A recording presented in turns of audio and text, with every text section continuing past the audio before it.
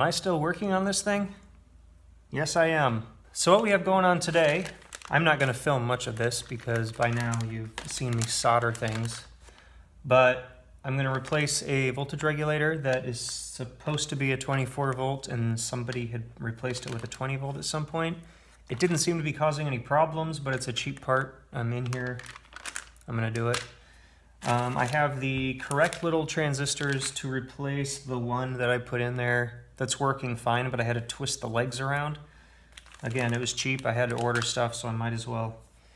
And the last thing I'm going to do is the transistors and voltage regulators. There's a row of 7 of them on the back of the heatsink. And right now, you know, this is an old piece of machinery, so the heatsink pads are just the mica and the diaper cream, if you want to call it that. And I got some fancy little 3M pads for that just because I can. You know, if you're trying to tool up to sell a few thousand machines, then, you know, spending 50 cents for a little pad is going to add up after a while. But when you're just doing a few things, might as well do it the best you can. So I'm going to get to it. Get ready for some fast forward.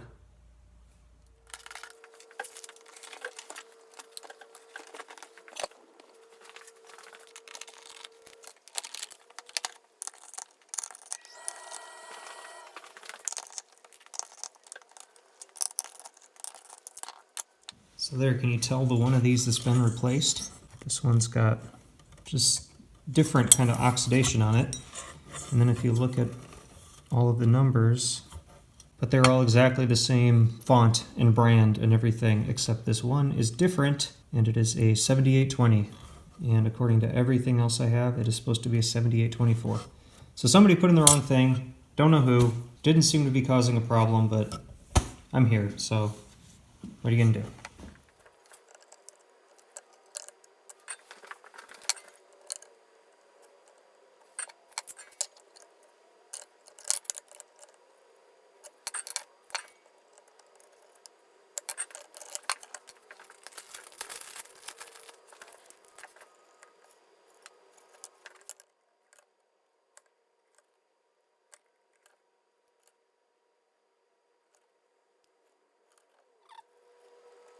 Now I did not solder that new IC in yet.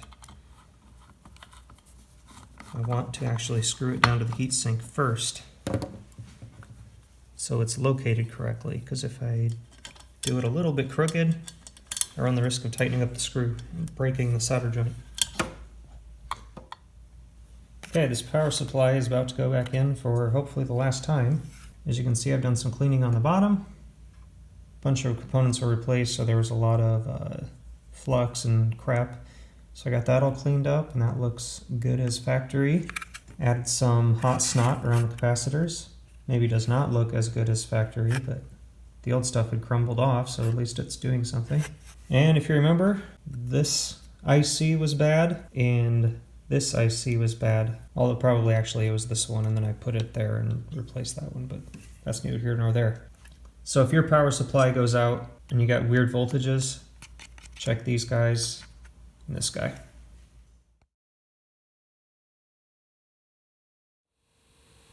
Well everyone, I may be at my wit's end with this. I've got the power supply voltages all there, exactly what we need, and I had hoped that would be the only problem. But here I am, and we've got some kind of weird logic problem. So right now it's on. You probably can't see it, but the capstan is turning.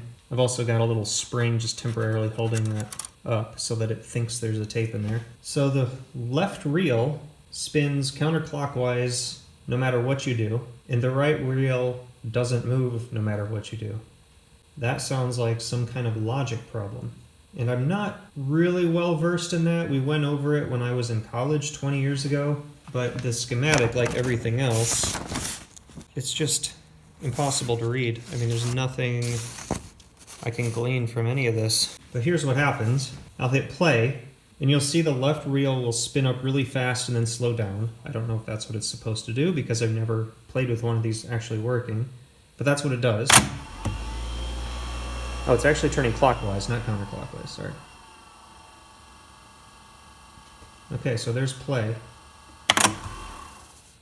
rewind, turning the same way, so that's not right. Fast forward, turning the same way. Now here's a puzzling thing. If I switch back and forth between rewind and fast forward, watch the right reel here.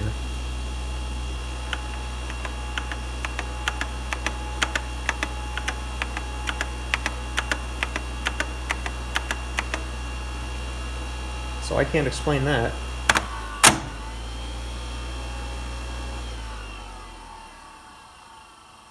And now we're back on play. And it seems like these tensioners are doing what they're supposed to do.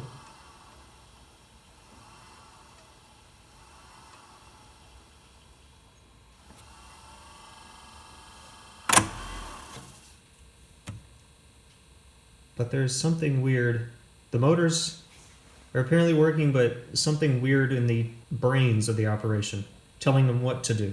It seems like the motors are sitting there ready to hear a command and carry it out, but it's just getting garbage commands. So I'm going to keep toying with this. I mean, I'm going on, what, about 3 weeks with this thing now, and I'm starting to reach the end of my knowledge base, and I really don't want to give up, so I'm going to keep messing with it. I mean, it's Sunday. It's only about noon. I'm just going to dedicate the rest of the day to this because I'm no longer charging the guy. Now it's just personal. But I have unhooked every plug and plugged back in, unseated and reseated every board. I don't know what to do next. But that's an update. That's where we're at. I really wish I had better news because once I got all the power supply back up and running, I was feeling pretty good. You know, it's of that era that it's just advanced enough that it gets into digital and stuff that I don't know a whole lot about, but it's also antiquated enough that it's just a jumbled up mess, whereas today, you know, it would be one little chip on one little board, and it would probably be really cheap to just replace that little chip. But here, I've just got a whole board covered in obsolete devices, and I think they're probably, you know, flashed or programmed or something, and that's above my pay grade. So, I'm going to turn it off. I'm going to go in here and poke around a little bit more, but I might have to give up. Okay, so I've been poking around on this thing for a while. Here's the schematic of the control PCB, which is located just under the play and record buttons. And this is the thing that tells the servos when to turn. Now it's really hard to read any of this. I have deciphered what numbers these different pins are, which ICs are what. I've also got the parts list, which I can actually read. But what I've done, I noticed that when I unplug this plug right here, which is, let's see if I can get you pointed up here, which is this plug right here, this white, 8-pin or something. When I unplug that, the controls still don't work, but they don't work in a different manner. Like it almost seems to be a little better. So I feel like something's coming in there that is wrong. So according to the schematic, this plug, the majority of it goes right into this IC. This IC just happens to be the same as this IC. Now what they're doing, I don't know. I can't read any of that. Just on a whim, I pulled both of these out and swapped them around. There was no change. So I don't know what that means. If I had another one of these, I'd put it in and see what happens, but I don't. I'm going to unplug that, flip the tape down, and show you what it does when it's unplugged, because it's weird. Okay, so I unplugged that white plug on the back, which is P404. I loaded a tape in here. Capstan spinning. Plays. I don't have any output hooked up, but again, this tape is a random tape that's recorded in mono, so I mean, it's not going to have any kind of recognizable sound output. But look, it plays when I unhook that plug. I don't know if rewind or fast forward work.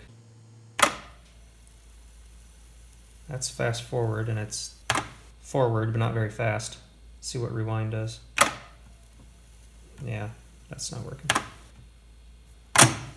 But it gets play to work, and that is really weird that I could unhook 8 lines into the control board and then it starts working.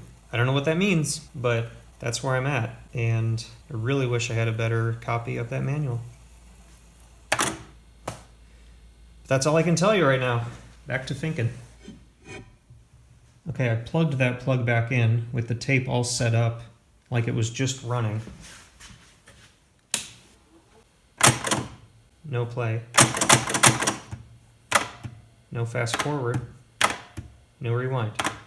I don't know. Okay, so I'm out of ideas. I'm gonna try this one last thing. I extended these wires such that I can pull one at a time and plug them back in.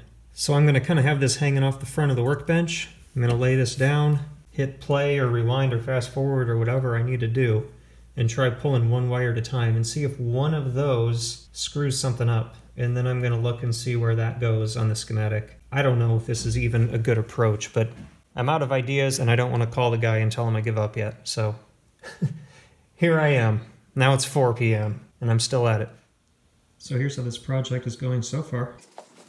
And also I just want you to notice the lights on the VU meters. I ordered some bulbs, as you remember, and put them in and they were way too dim. So then I ordered some new ones and put them in and they were way too bright and the transformer couldn't handle it. And I got tired of ordering bulbs that weren't working. So I ended up just making some little LED bulbs. I ordered some warm white LEDs, although they still look cooler than the incandescents that were in there, but hopefully the owner's okay with it. He said he did not want these bright blue glowing eyesores. But basically I made something like this. That's a little different than what I ended up doing. I'll probably make a couple more for my own reel-to-reel, and when I do that I'll show you how I made these.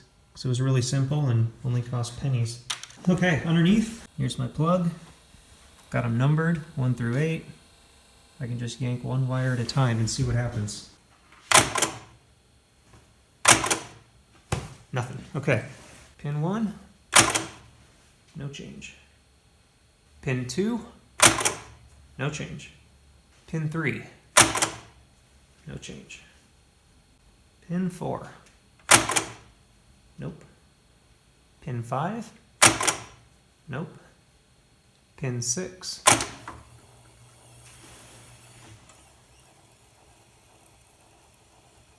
Doing something now.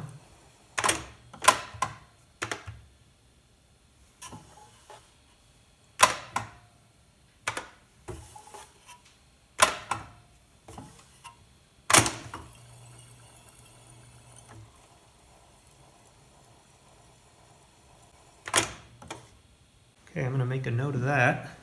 Okay, interestingly enough, pin 6 happens to be one of the couple lines I actually know what it is, and it is the play servo.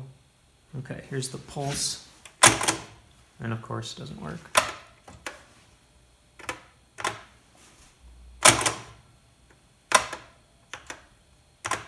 Well, that's everything, and strangely enough, unhooking the play servo is what makes it play. Back to the drawing board. Well, here we are. I'd really hoped to end this video on a high note, but sometimes that's the way it goes. I just talked to the owner, and we don't really have a good idea. Since I'm pretty sure the problem is up here on this control PCB, they call it, but it's basically logic stuff, suggested maybe see if I could find one, and of course there's none on eBay. There's none that have sold on eBay. I'm going to maybe check with Tascam, but if they don't even have manuals for it, I doubt they're going to have any boards. Oh, there's a stupid heater. Hold on. Cannot wait until it warms up outside and that heater isn't kicking on every 5 minutes. So, right now I don't really know where we're at. I did just rage order a manual, so maybe I can figure something out once I have some schematics I can read. I should have just rage ordered a manual 3 weeks ago, but always trying to be cheap, you know? So I guess that's it for this. Wish I had better news. If one of you is a Tascam 388 logic board expert, let me know. Otherwise, probably have another video up in a week of me scratching my head and looking like an idiot. So, thanks for watching. Stay tuned.